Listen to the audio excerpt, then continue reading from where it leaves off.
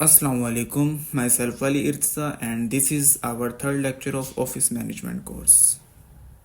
आज के लेक्चर में हम MS वर्ड के अंदर ये फ़ॉन्ट वाला ब्लॉक करेंगे, फ़ॉन्ट के बारे में जो भी इम्पोर्टेंट चीज़ें हैं वो समझेंगे एंड फाइल के अंदर हम एक दो जो हमारे पहले जो इम्पोर्टेंट ऑप्शंस हैं वो करेंगे. ओके सो आज हम करेंगे होम के अंदर हम पहला ब्लॉक करेंगे डायलॉग बॉक्स जिसका नाम है फ़ॉन्ट. ओके सो जो फ़ॉन्ट है, फ़ॉन्ट का मतलब होता है राइटिंग यानी कि टेक्स्ट या लेटर कह सकते हैं या कैरेक्टर भी कह सकते हैं. ठीक है, उसको हम फ़ॉन्ट कहते हैं. फ़ॉन्ट में हमारे पास पहला ऑप्शन आता है फ़ॉन्ट स्टाइल. ठीक है, फ़ॉन्ट स्टाइल क्या होता है, जैसे कि आपने यहाँ पर नाम लिखा है, मैं अपना नाम लिख लेता हूँ. अब मैं चाहता हूँ कि जो मैंने नाम लिखा है इस नाम का मैं स्टाइल बदलना चाहता हूँ राइटिंग का, तो मैं पहले क्या करूँगा, इस टेक्स्ट को सिलेक्ट करूँगा. सिलेक्ट करने के लिए क्या होता है कि पहले तो आप या इस वर्ड के पीछे क्लिक करेंगे या आगे क्लिक करेंगे. क्लिक करने के बाद आप होल्ड करके रखेंगे अपने लेफ़्ट क्लिक को और देन इसको स्क्रॉल आगे कर लेंगे. फॉर एग्जांपल अगर आपसे गलती से गलत सिलेक्ट हो जाता है, यानी कि आपने पूरा वर्ड सेलेक्ट करना था लेकिन आपने गलती से एक दो वर्ड सेलेक्ट कर लिए, इसके क्या करेंगे, डिसेलेक्ट करने के लिए राइट पे क्लिक करेंगे और दोबारा से फिर सिलेक्ट कर लेंगे. ओके अच्छा, हम सेलेक्ट जब कर लेते हैं फिर हमारे पास इधर ऑप्शन आता है फ़ॉन्ट स्टाइल. आपने यहाँ एरो पे क्लिक करना है. क्लिक करने के बाद आप यहाँ से कोई भी इसको फ़ॉन्ट स्टाइल दे सकते हैं. ओके ठीक है, लेकिन अब ये इतने ज़्यादा सारे फ़ॉन्ट स्टाइल हैं, यानी कि तकरीबन हज़ारों फ़ॉन्ट स्टाइल होते हैं. पहले कुछ जो होते हैं हमारे पास तकरीबन अप्रोक्सीमेटली 1000 के करीब विंडोज़ में इंस्टॉल होते हैं, लेकिन हो सकता है कुछ लोगों ने अपने खुद भी इंस्टॉल किए हों, तो काफ़ी ज़्यादा फ़ॉन्ट स्टाइल होते हैं. लेकिन अगर हमें ये पूछा जाता है कि जो ज़्यादा फ़ॉन्ट स्टाइल इस्तेमाल होते हैं वो कौन से और कितने हैं, तो हमें पता होना चाहिए कि जो हमारे पास फ़ॉन्ट स्टाइल सबसे ज़्यादा इस्तेमाल होते हैं वो 3 होते हैं. मैं ज़रा पहले यहाँ पर लिख लूँ आज की लेक्चर.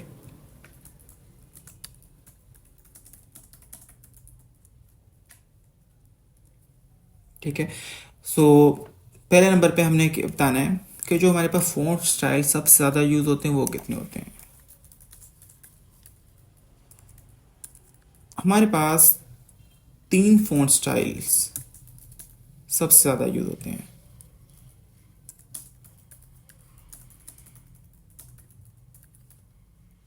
ठीक है, तो वो कौन कौन से हैं.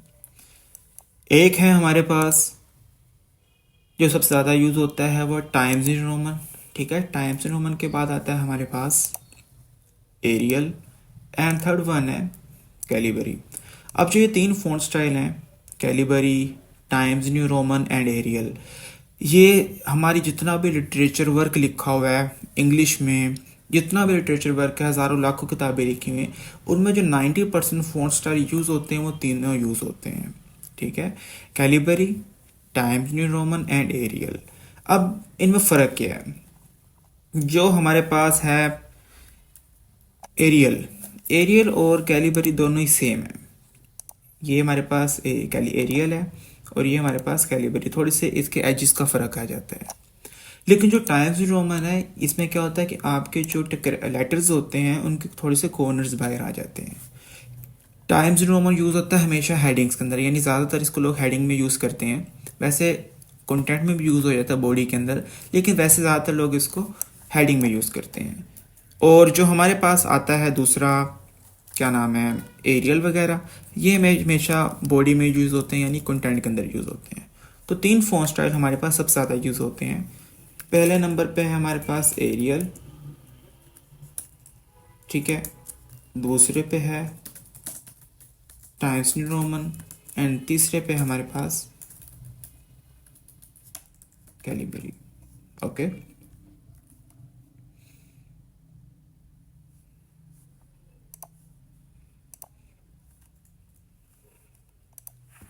फिर आता है मेरे पास फ़ॉन्ट साइज़. इसे कहते हैं फ़ॉन्ट साइज़. हम इस पर क्लिक करते हैं तो हमारे पास मुख्तलिफ़ किस्म के फ़ॉन्ट साइज़ आ जाते हैं. 8, 9, 10 इसी तरह 72 तक फ़ॉन्ट साइज़ होते हैं. हम लोग यहाँ से फ़ॉन्ट स्टाइल कोई भी साइज़ दे सकते हैं, लेकिन ज़्यादा यूज़ होने वाले फ़ॉन्ट साइज़ 3 हैं, 10, 11 एंड 12. इन 3 फ़ॉन्ट साइज़ के अंदर हमारी सारी बॉडी लिखी होती है। हेडिंग का साइज़ तो जितना मर्जी बड़ा कर सकते हैं, वैसे नॉर्मली 18 या 24 तक होता है, लेकिन हेडिंग जितनी मर्जी बड़ी कर सकते हैं, इसका कोई स्पेसिफिक साइज़ नहीं है। लेकिन जो बॉडी है उस पर उन्होंने कहा हुआ है कि 3 हमारे पास जो होते हैं वो ज़्यादा यूज़ होते हैं, 10, 11 एंड 12। आपकी जितनी भी बुक्स लिखी हुई है इन तीनों साइज़ के अंदर लिखी गई है। ओके वैसे अगर हम लोग चाहते हैं हमने साइज़ देना है 72 से बड़ा 100 देना है या 105 देना है, उसका तरीका क्या होता है कि आपको पहले वर्ड को सेलेक्ट करना होता है, देन उस आप टेक्स्ट के पीछे क्लिक करते हैं। क्लिक करने के बाद आप यहाँ से साइज़ दे सकते हैं 105 या 109 देते, इंटर दबाएंगे तो हमारा साइज़ उतना हो जाएगा टेक्स्ट का। ओके फिर आता है हमारे पास नेक्स्ट वन। अगर आप चाहते हैं कि आपने अपने जो फ़ॉन्ट स्टाइल है उसके साइज़ को बड़ा करना है या छोटा करना है, तो उन्होंने उसके लिए अलग ऑप्शन भी दिया हुआ है। एक ऑप्शन का नाम है जिधर बड़ा ए बना वैसे कहते हैं ग्रो फ़ॉन्ट, ग्रो कहते हैं बढ़ना। एक है श्रिंक फ़ॉन्ट, श्रिंक कहते हैं सिकुड़ना, यानी कि ग्रो फ़ॉन्ट से हम साइज़ बढ़ा सकते हैं और श्रिंक फ़ॉन्ट से हम साइज़ को छोटा कर सकते हैं। इधर क्लिक कर रहा हूँ, हम साइज़ बड़ा कर सकते हैं, श्रिंक फ़ॉन्ट पे क्लिक करने साइज़ स्टेप बाय स्टेप छोटा होता जाएगा। अब इसकी शॉर्ट कमांड भी है। अगर आप कंट्रोल प्रेस करके ये वाला अपनी जो स्क्वायर ब्रैकेट आप यूज़ करते हैं, इससे हमारे पास होगा ग्रो फ़ॉन्ट, और अगर आप ये वाली ब्रैकेट यूज़ करते हैं इससे हमारा होगा श्रिंक फ़ॉन्ट। ठीक है, control plus right square bracket and left square bracket से हमारे पास ये ग्रो फ़ॉन्ट और श्रिंक फ़ॉन्ट होते हैं। ये भी हम साथ में लिख लेते हैं। फ़ॉन्ट जो साइज़ है हमारे पास, ये हमारे पास जो यूज़ होते हैं वो होते हैं एक तो 10, 11 एंड 12। ओके एंड जो हमारे पास ग्रो फ़ॉन्ट होता है, ग्रो फ़ॉन्ट इस्तेमाल होता है साइज़ को बढ़ाने के लिए, जो हमारा सिलेक्टेड टेक्स्ट होता है।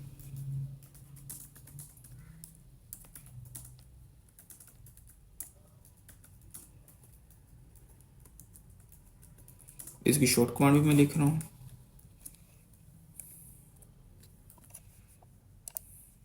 ओके अच्छा, ये जो यहाँ पे रेड लाइन शो होती है ये तब शो होती है जब आपकी स्पेलिंग मिस्टेक होती है। हमने राइट क्लिक करना है तो हमें माइक्रोसॉफ्ट सजेशंस दे देता है कि आपके हमारे पास इस वर्ड की जगह पर ये वाले वर्ड्स हैं जिनको आप ठीक कर सकते हैं। मैं इंक्रीज करूँगा तो इस वर्ड की जगह पर इंक्रीज लिखा हुआ आ जाएगा। एंड हमने इसके बाद किया था श्रिंक फ़ॉन्ट। श्रिंक फ़ॉन्ट कैसे है? श्रिंक फ़ॉन्ट में क्या होता है कि हम साइज़ को छोटा करते हैं।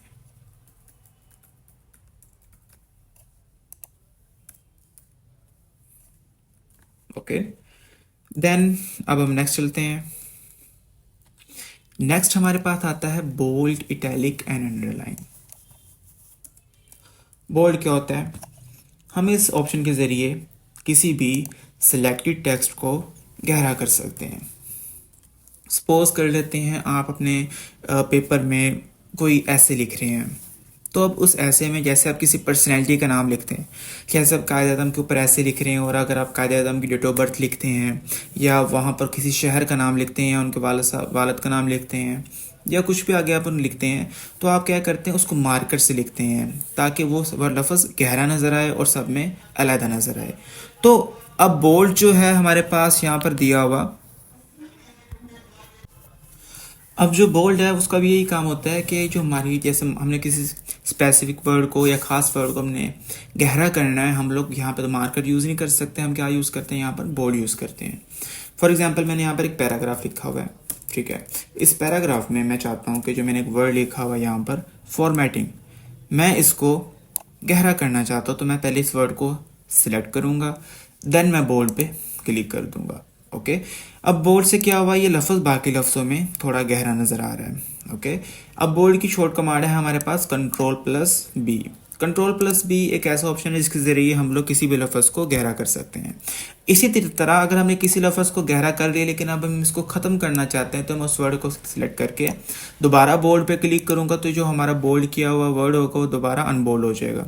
यानी कि अगर आप कंट्रोल बी दबा रहे हैं तो बोल्ड हो जाएगा, अगर दोबारा कंट्रोल प्लस बी दबाएंगे तो अनबोल्ड हो जाएगा। ओके इसी तरीके से हमारे पास नेक्स्ट ऑप्शन है इटैलिक।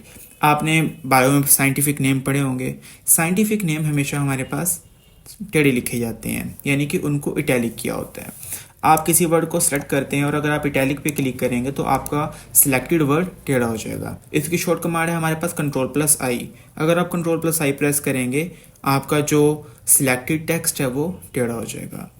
अंडरलाइन नेक्स्ट ऑप्शन है। अंडरलाइन क्या होता है कि इसके ज़रिए हम किसी भी सिलेक्टेड तहरीर को या लफ्ज़ को हम उसके नीचे लाइन ड्रा कर सकते हैं। वैसे तो इसकी शॉर्ट कमांड है Ctrl+U। अगर आप Ctrl+U यूज़ करेंगे तो आप किसी भी लफ्ज़ के नीचे लाइन ड्रा कर सकते हैं। हमारे MS वर्ड में और आगे जितने भी माइक्रोसॉफ्ट के सॉफ्टवेयर्स हैं जो ऑफिस के, उनमें जो मोस्टली कमांड्स हैं ना वो वर्ड्स के पहले लेटर से उठाई गई, यानी कि अगर बोल्ड है तो B, इटैलिक है तो I, अंडरलाइन है तो U, ठीक है, इस तरीके से। लेकिन कुछ कमांड्स ऐसी हैं जो फर्स्ट लेटर से नहीं उठाई गई, वो उन्हें थोड़ी सी रैंडमली यूज़ की हुई हैं। तो अब इसके अंदर देखेंगे कि हमारे पास अंडरलाइन के साथ एक एरो बना नज़र आ रहा है। अब इस एरो पे क्लिक करेंगे तो यहाँ पर दो ऑप्शंस हैं। एक पहला ऑप्शन ये वाला जिसमें उन्होंने बताया हुआ है कि अंडरलाइन के स्टाइल्स कितने हैं और स्टाइल्स दिए हुए हैं, और यहाँ पर हमारे पास दूसरा ऑप्शन है अंडरलाइन कलर्स, यानी कि हम यहाँ पे कलरिंग भी कर सकते हैं अंडरलाइन की। जैसे मैंने यहाँ पर क्लिक किया अंडरलाइन पर, ठीक है, इधर से लफ्ज़ हमारा क्या हो जाएगा, राइटिंग स्टाइल के जो हमारा टेक्स्ट है उसके नीचे लाइन लग जाएगी। अब मैं चाहता हूँ उसके अंदर कलर चेंज करना, तो मैं अंडरलाइन कलर पे जाके यहाँ से कलर चेंज भी कर सकता हूँ। ओके, और अगर मैं चाहता हूँ मुझे इन कलर में से कोई कलर नहीं चाहिए, मैंने अपना कलर खुद क्रिएट करना है, तो मैं मोर कलर पे जाऊँगा। मोर कलर पे जाने के बाद यहाँ पर दो ऑप्शन है, स्टैंडर्ड एंड कस्टम्स। कस्टम पे जाके हम अपनी मर्जी से कलर क्रिएट कर सकते हैं। इधर आप ब्लॉक देखेंगे, एक ब्लॉक के ऊपर, इस ब्लॉक में ऊपर लिखा हुआ न्यू, नीचे लिखा हुआ करंट। करंट कलर वो वाला कलर है जो इस वक्त मैंने चूज़ किया हुआ है। जैसे कि इस वक्त मेरे पास कौन सा कलर है, ग्रीन कलर है, वो करंट कलर होता है। फिर जो उन्होंने ऊपर कलर दिखा रहे हैं ना, जो मैं बना रहा हूँ, जैसे देखिए मैं यहाँ पर बना रहा हूँ कलर, तो वो जो कलर हमें दिखा रहे हैं इधर, एक मिनट सॉरी, मैं ज़रा एक दफ़ा सिर्फ इस वर्ड को सेलेक्ट कर लेता हूँ। ओके, तो हम दोबारा जाते हैं मोर कलर पे। अब देखें, अब जो कलर मैं बना रहा हूँ ना वो न्यू कलर ऊपर शो हो रहा है, करंट कलर यहाँ पर शो हो रहा है। तो जब मैं ओके करूँगा तो वो कलर अप्लाई हो जाएगा। ओके, सो अब एक इधर एक और ऑप्शन भी है हमारे पास। अगर मैं दोबारा मोर कलर में चाहता हूँ तो मोर कलर में नेक्स्ट ऑप्शन आता है मेरे पास स्टैंडर्ड। स्टैंडर्ड में भी वो सेम चीज़ है, बस थोड़ा सा स्टाइल डिफरेंट है। इधर आप ज़्यादा कलर बना सकते हैं, इधर आप थोड़े से कम कलर बना सकते हैं, लेकिन ये बहुत कम यूज़ होते हैं। अगर आप यूज़ करना चाहें तब भी कर सकते हैं। अब मोर अंडरलाइन कलर तीसरा ऑप्शन है। वैसे ये मतलब ये दो ऑप्शन मेन है। ये ऑप्शन अगर आप अभी कर लेंगे, समझ नहीं भी आता तो स्किप कर सकते हैं, अगर समझ आ गई तो गुड एंड वेल है। मोर कलर्स के अंदर सारे ऑप्शन हैं, इसको हम करेंगे बाद में क्योंकि इसमें काफ़ी चीज़ें मिक्स हो जाती हैं। थोड़ा सा आपको पहले वाली चीज़ों का आइडिया हो जाएगा, बाहर वाली का, तो अंदर वाली चीज़ें बाद में समझना आपके लिए आसान हो जाएगी। नेक्स्ट ऑप्शन हमारे पास आता है स्ट्राइक थ्रो। स्ट्राइक थ्रो क्या होता है कि स्ट्राइक थ्रो एक ऐसा ऑप्शन है जिसके ज़रिए हम किसी भी सिलेक्टेड टेक्स्ट के बीच में लाइन ड्रा कर सकते हैं। ओके, जैसे कि मैं इधर एक लफ्ज़ लिखता हूँ,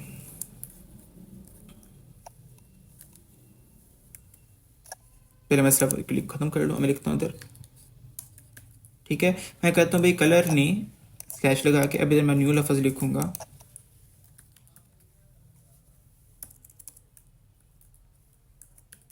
ओके, यानी कि इसका इस्तेमाल वैसे थोड़ा बहुत होता है, लेकिन स्ट्राइक थ्रो ऑप्शन एक ऐसा ऑप्शन है जिसके ज़रिए हम किसी भी सिलेक्टेड टेक्स्ट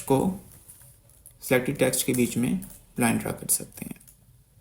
ओके, आप दोबारा सेलेक्ट करके इस पर क्लिक करेंगे, जो लाइन ड्रा की होगी बीच में वो ख़त्म हो जाएगी। दोबारा क्लिक करेंगे तो लाइन लग जाएगी।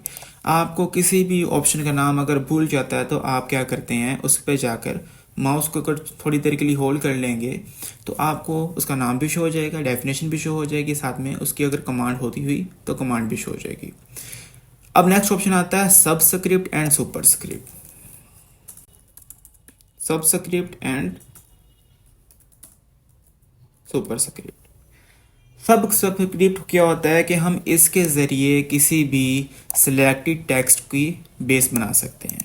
ओके, और सुपरस्क्रिप्ट होता है जिसके ज़रिए हम किसी भी सिलेक्टेड टेक्स्ट की पावर बना सकते हैं। यानी सब क्या होगा, बेस बनाने के लिए, सुपर होगा पावर बनाने के लिए। जैसे आपने यहाँ पर लिखा हुआ है थर्ड, अगर आप लिख लेते हैं, थर्ड लिखने के बाद अगर आप सुपर पे क्लिक करेंगे तो क्या बन जाएगा, पावर बन जाएगी। इसी तरीके लिखता हूँ मैं A27 को मैं बेस बनाना चाहता हूँ, 27 को सिलेक्ट करूँगा और सबस्क्रिप्ट पे क्लिक कर दूंगा तो ये बेस बन जाएगी। सुपरस्क्रिप्ट और सबस्क्रिप्ट की कमांड भी है। अगर आपने किसी वर्ड को सबस्क्रिप्ट करना है, वर्ड में लिख लेता हूँ x2। तो मैं क्या करूँगा, 2 को सेलेक्ट करके अगर मैं control plus is equal to press करता हूँ तो इससे क्या होगा, सबस्क्रिप्ट हो जाएगा, यानी कि बेस बन जाएगी। इसी तरीके से अगर मैं किसी को सुपर स्क्रिप्ट करना चाहता हूँ किसी लफ्ज़ को, तो मैं अगर कंट्रोल प्लस शिफ्ट प्रेस करता हूँ और फिर साथ ही मैं इज इक्वल टू प्रेस करता हूँ, इससे क्या होगा, सुपर स्क्रिप्ट। यानी अगर आप simple control plus is equal to press करेंगे तो सब स्क्रिप्ट, अगर कंट्रोल प्लस शिफ्ट भी प्रेस कर लेंगे साथ और इज इक्वल टू भी साथ प्रेस कर लेंगे तो फिर क्या हो जाएगा, सुपर स्क्रिप्ट हो जाएगा। देन नेक्स्ट ऑप्शन आ रहा है मेरे पास यहाँ पर, इस ऑप्शन का नाम है टेक्स्ट इफेक्ट्स। ठीक है, टेक्स्ट इफेक्ट्स क्या होता है कि आप यहाँ पर सेलेक्ट करके किसी भी टेक्स्ट का डिज़ाइन वगैरह चेंज कर सकते हैं। वैसे मैं इस ऑप्शन को यहाँ पे नहीं करवाता, मैं इसको करवाता हूँ इंसर्ट के अंदर जाके इधर। यहाँ पे थोड़ा समझने में आसानी हो जाती है, क्योंकि इसमें इसको अगर आप अभी अच्छे तरीके से कर लेंगे ना तो आपको आइडिया हो जाता है कि चीज़ क्या है। अभी इस चीज़ को समझने में मुश्किल होगी, लेकिन वैसे कर लें कि इस ऑप्शन के ज़रिए हम लोग बने बनाए टेक्सटिंग वगैरह स्टाइल्स वगैरह दे सकते हैं। ये सारी चीज़ें हम आगे जाके समझेंगे इंसर्ट के अंदर। नेक्स्ट ऑप्शन हमारे पास आ रहा है यहाँ पर text highlight colour. Text highlight colour कैसे होता है, आप लोगों ने बचपन में किताबें पढ़ते होंगे तो किताबों में जो डेफिनेशंस होती हैं आप उनको येलो कलर के हाईलाइटर से हाईलाइट कर लेते होंगे, या कोई भी कलर आप यूज़ करते होंगे। इससे क्या होता है, जो डेफिनेशंस होती हैं, इंपॉर्टेंट लाइंस होती हैं, हम लोग उसके लिए हाईलाइटर यूज़ करते हैं। लेकिन अब जो हमारे पास एक कंप्यूटर है और उसमें हमारे पास एक कंटेंट लिखा हुआ है, अब उनमें मैंने एक इंपॉर्टेंट लाइंस को हाईलाइट करना है, तो मैं कैसे करूँगा। मैं पहले जाऊँगा टेक्स्ट हाईलाइट पर, यहाँ पर जाने के बाद मैं ये एरो पे क्लिक करूँगा और यहाँ से मैं कलर चूज़ कर लेता हूँ। मैंने यहाँ से कलर चूज़ कर लिया। अब ये देखें, आपको पेंसिल बनी नज़र आ रही होगी मेरे कर्सर के साथ। अब मैं जिस एरिया को सिलेक्ट करता जाऊँगा वो एरिया क्या होता जाएगा, हाईलाइट होता जाएगा। इसका क्या इस्तेमाल होता है कि आप इसके ज़रिए इंपॉर्टेंट वर्ड्स को या इंपॉर्टेंट लाइंस या पैराग्राफ को हाईलाइट कर सकते हैं किसी भी कलर के साथ। अब आप इस ऑप्शन को ख़त्म करना चाहते हैं, इस ऑप्शन को ख़त्म करने के 2 तरीके हैं। या तो आप इस ऑप्शन पर दोबारा क्लिक कर लें तब भी ख़त्म हो जाएगा। अगर आपने कीबोर्ड के ज़रिए यानी शॉर्ट कमांड के ज़रिए ख़त्म करना तो आप किधर क्लिक करेंगे, हमारे पास एस्केप का जो बटन है ESE लिखा होता है कॉर्नर पे, हमारे लेफ्ट साइड टॉप कॉर्नर पे, अगर आप उधर क्लिक करेंगे तब भी हमारा ये ऑप्शन ख़त्म हो जाएगा। नेक्स्ट ऑप्शन है हमारे पास इधर, इसके ऊपर है चेंज केस।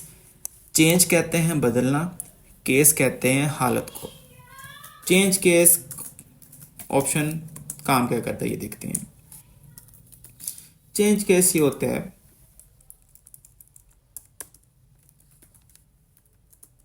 कि आपके पास ना एक तहरीर है, जैसे पैराग्राफ है।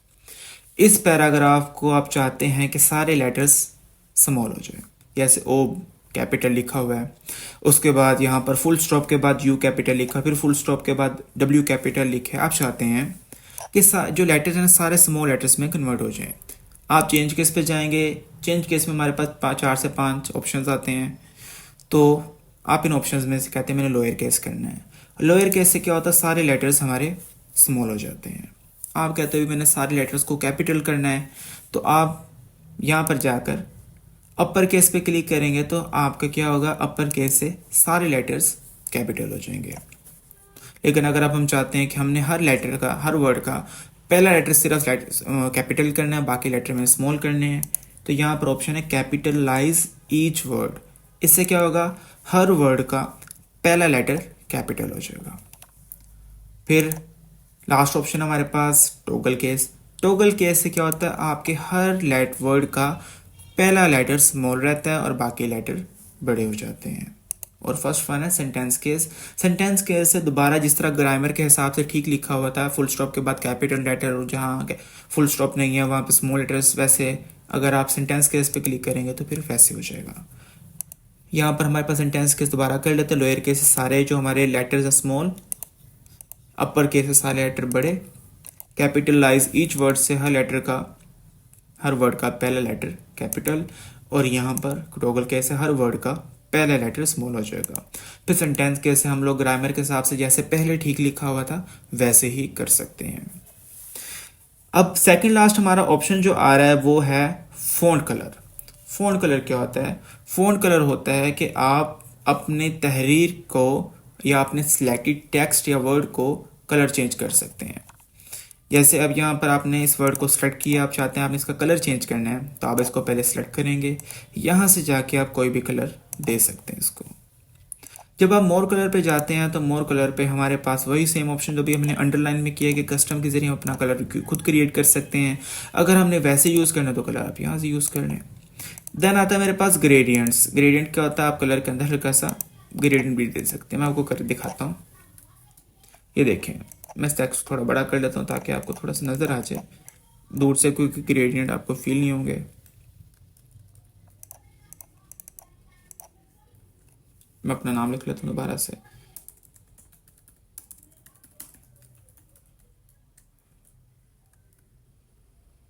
ओके, मैं इसको सेंटर में करता हूँ, बोल्ड कर लेता हूँ।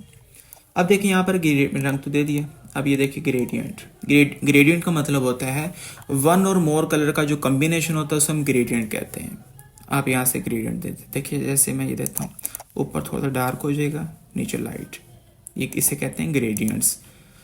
तो ये हमारा सेकंड लास्ट ऑप्शन था। जो हमारा लास्ट ऑप्शन है इस ब्लॉक का वो है क्लियर फॉर्मेटिंग। क्लियर कहते हैं ख़त्म करना, ठीक है, यानी इधर मैं कर लेता हूँ, उर्दू में लिख लेता हूँ। फॉर्मेट किसे कहते हैं? फॉर्मेट का एक लफ्ज़ मतलब तो होता है डिलीट करना, ठीक है, लेकिन जो फॉर्मेट होता है ना, इसका अगर हम एमएस वर्ड में देखें तो फॉर्मेट का लफ्ज़ी मतलब होता है बनावट। बनावट यानी खूबसूरती। यानी जिस मेरे पास ये एक तहरीर है, इस तहरीर को मैंने पहले बोल्ड किया, फिर मैंने टाइम्स रोमन एक स्टाइल दिया या मैं कोई भी स्टाइल दे देता हूँ, फिर मैंने यहाँ से कोई इसकी साइजिंग वगैरह की, साइजिंग करने के बाद मैंने कलरिंग वगैरह की। अब ये सारा कुछ क्या है, इसकी बनावट है, मैं इसको खूबसूरत बना रहा हूँ। अब मैं चाहता हूँ कि मैं इस सारी बनावट को ख़त्म कर दूँ और नॉर्मल हालत में वापस ले आऊँ जैसे पहले था। तो एक ऑप्शन है क्लियर फॉर्मेटिंग, यानी इस ऑप्शन पे हम क्लिक करके टेक्स्ट की, पैराग्राफ की या लाइन की, जो भी मैंने सेलेक्ट किया हुआ है उसकी सारी फॉर्मेटिंग यानी बनावट को ख़त्म करके नॉर्मल हालत में वापस ले आता है। ओके, तो इसे कहते हैं क्लियर फॉर्मेटिंग, ये बहुत यूज़ होता है।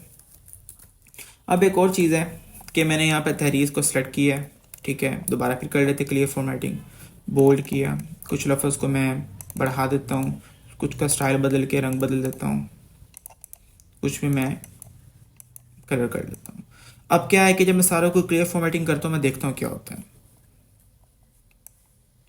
क्लियर फॉर्मेटिंग पे क्लिक किया, सब लोग सब चीज़ सब जो सब भी चीज़ें थी सबके स्टाइल वगैरह ख़त्म हो गए, लेकिन क्या है कि एक चीज़ ख़त्म नहीं हुई, वो है highlight colour. Highlight colour clear formatting से ख़त्म नहीं होता। इसको ख़त्म करने का तरीका क्या होता है? इसको ख़त्म करने का तरीका होता है कि आप पहले तहरीर को सिलेक्ट करते हैं, जो आपने हाईलाइट की होती है उसको ख़त्म करना होता है, आप पहले सेलेक्ट कर लेते हैं। सेलेक्ट करने के बाद आप एरो पे जाएंगे, एरो पे जाने के बाद आप नो कलर पे क्लिक करेंगे तो ख़त्म हो जाएगा। दोबारा फिर देख लें, जिस हाईलाइट को ख़त्म करना है उस हाईलाइट को हम सिलेक्ट करेंगे। सिलेक्ट करने के बाद आप जाएंगे नो कलर के अंदर और नो कलर से आप क्या कर देंगे, इसके हाईलाइट को ख़त्म कर देंगे। हमारे इस ब्लॉग में हम लोगों के पास जो सारे ऑप्शन है वो सारी मोस्ट इंपॉर्टेंट ऑप्शन है, इसमें से कोई ऑप्शन भी स्किप करने वाला नहीं है। मैं तो लिख भी देता हूँ साथ साथ कि जो हमने करना है। एक मिनट, यहाँ पर आ जाते हैं। हमने किया बोल्ड, ठीक है, बोल्ड की कमांड में लिख देता हूँ।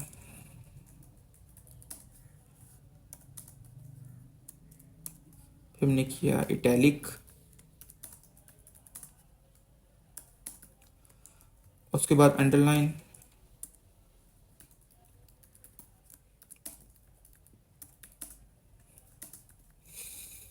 देन स्ट्राइक थ्रू,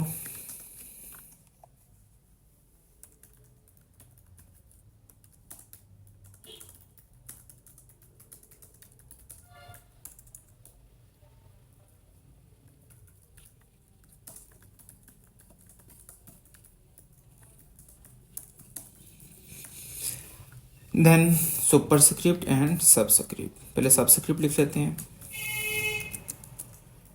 फिर सुपरस्क्रिप्ट लिख लेते हैं, ठीक है। सबस्क्रिप्ट डेफिनेशन है, शॉर्ट कमांड है control plus is equal to, और जो हमारे पास सुपरस्क्रिप्ट है इसकी है control plus shift plus is equal to. Okay, font style वैसे आप देख लें कि इसके ज़रिए हम सिलेक्टेड टेक्स्ट को कलर कर सकते हैं। हाईलाइट के ज़रिए हम कलर देकर किसी भी इंपॉर्टेंट लाइंस को मार्क कर सकते हैं। ठीक है, देन इसके ज़रिए हम किसी भी फॉर्मेटिंग को ख़त्म कर सकते हैं क्लियर फॉर्मेट के ज़रिए। चेंज केस के ज़रिए आपको समझ आ के ये सारी चीज़ें अगर एक दफ़ा आप ट्राई कर लेंगे आपको इसकी ईजिली समझ आ जाएगी। अब जो कल का काम है वो आप क्या करेंगे, पहले आपने एक डॉक्यूमेंट लेना है। डॉक्यूमेंट लेने के बाद आप सेंटर में चाहेंगे, यहाँ पर आप हेडिंग दे देंगे माई सेल्फ की। ओके, माई सेल्फ के बाद आप दोबारा लेफ्ट पे क्लिक करेंगे और यहाँ पर आप बल्कि ऐसे कर लें कि इसको सेलेक्ट करके आप यहाँ से कोई स्टाइल दे दीजिएगा, फिर सेंटर में कीजिएगा, एंटर दबा के नीचे आ जाइएगा। यहाँ से आप किसी भी इधर क्लिक कर लीजिएगा या यहाँ पे क्लिक कर लीजिएगा। आप मुझे 20 लाइंस लिख के देंगे अपने माई सेल्फ। ठीक है, इससे क्या होगा, मुझे आइडिया हो जाएगा कि आपको तहरीर लिखनी आती है। आप अपने नाम को बोल्ड कीजिएगा, अपने वालिद के नाम को, अपने पेरेंट्स के नाम को, जो भी यानी इंपॉर्टेंट वर्ड्स हैं उनको ऐसे बोल्ड करना है जैसे आपके किताबों में बोल्ड करते थे। ओके, अब इस काम को करने के बाद सेव करने का तरीका क्या है कि आपने फाइल में जाना है। फाइल में जाने के बाद हमारे पास पहला ऑप्शन है सेव। सेव पर क्लिक करते हैं तो हमारे सामने एक मेन्यू खुल जाता है, इस पे लिखा हुआ सेव एज। ये मेन्यू हमसे पूछता है कि आपने अपने काम को कहाँ सेव करना है और किस नाम से सेव करना है। दोबारा फिर देखें, हम जब फाइल पे क्लिक करते हैं हमारे सामने एक पूरी फाइल खुल जाती है। ठीक है, जिस तरह होम मेन्यू था इस तरह एक फाइल भी मेन्यू है। इसमें पहला ऑप्शन है सेव का। सेव पे क्लिक करेंगे तो हमसे पूछेगा कि आपने फाइल कहाँ सेव करनी है और किस नाम से सेव करनी है। कहाँ सेव करनी है वो हम कैसे बताएंगे, यहाँ से जाके लोकल डिस्क सी में, डी में, ई में करनी, कहाँ पर करनी। मैं कहता हूँ मैंने सेव करनी है डेस्कटॉप पर। किस नाम से वो पूछता है, हमने सेव बताना है, भी मैंने सेव करनी माई सेल्फ अली रिश्ता। अच्छा, एक चीज़ आप याद रखें, कभी भी काम को सेव करें तो काम में अक्सर बच्चों की आदत होती है कभी भी ए ऐसे कुछ गलत मलत लिख देते हैं। ठीक है, ये दफ्तर में कभी भी एक काम करें तो असूल बना लें कि जब भी किसी काम को आप सेव करें तो उसको एक मुकम्मल नाम दें। ठीक है, ताकि जब आप किसी को भेजें तो उसको भी समझ आ सके और कल को अगर आप ढूंढ रहे हो तो कन्फ्यूजन ना हो। जैसे मैं तो लिख रहा हूँ माई सेल्फ स्लैश अलीर्सा। अब मैं सेव कर दूंगा, मुझे कैसे पता लगेगा कि मेरा काम सेव हो गया, तो हम देखेंगे टाइटल बार के ऊपर। अगर टाइटल बार पे आपका दिया गया नाम आ रहा तो आपका काम यानी सेव हो चुके हैं। ओके, तो अब देखते हैं यहाँ पर, अगर मैं इस पर दोबारा दूसरा लिखता हूँ माई फादर नेम,